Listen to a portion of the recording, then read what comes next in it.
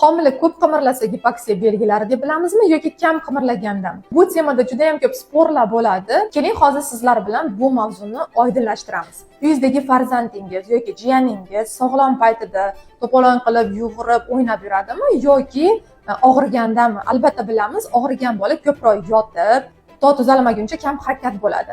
Sog'lom bola ko'p harakat qiladi. Xuddi shunaqa qorningizdagi bolangizni ham holati yaxshi bo'lsa, bu ko'p qimirlaydi.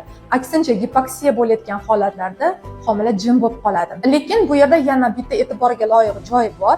Agarda homila o'zi tabiatan spokойно bo'lsa, boshidan shu 20 haftalikdan qimirlashni his qilgan haftangizdan boshlab bola spokойно bo'ladi har doim. Boshidan aktiv bola bo'lgan, bu oxirigacha aktiv bo'ladi. O'zingiz izlanishlarida, ayniqsa o'zimni praktikamda ham ko'p uchraydi. Bolam harakati ko'p degan patsientlarda 100 tasidan bittasida gipoksiya belgilarini topishimiz mumkin. Lekin bolam jim bo'lib qoldi, qimirlashni his qilmayapman yoki qimirlash kamayib qoldi degan holatlarda aksariyati shu 100 tadan 90-95 tasida albatta gipoksiya belgilari kuzatiladi. Agarda homilangizni qimirlashini sezmay qolsangiz yoki qimirlashi kamayib qolsa, zudlik bilan doppler tekshiruvidan o'tishingizni tavsiya qilaman.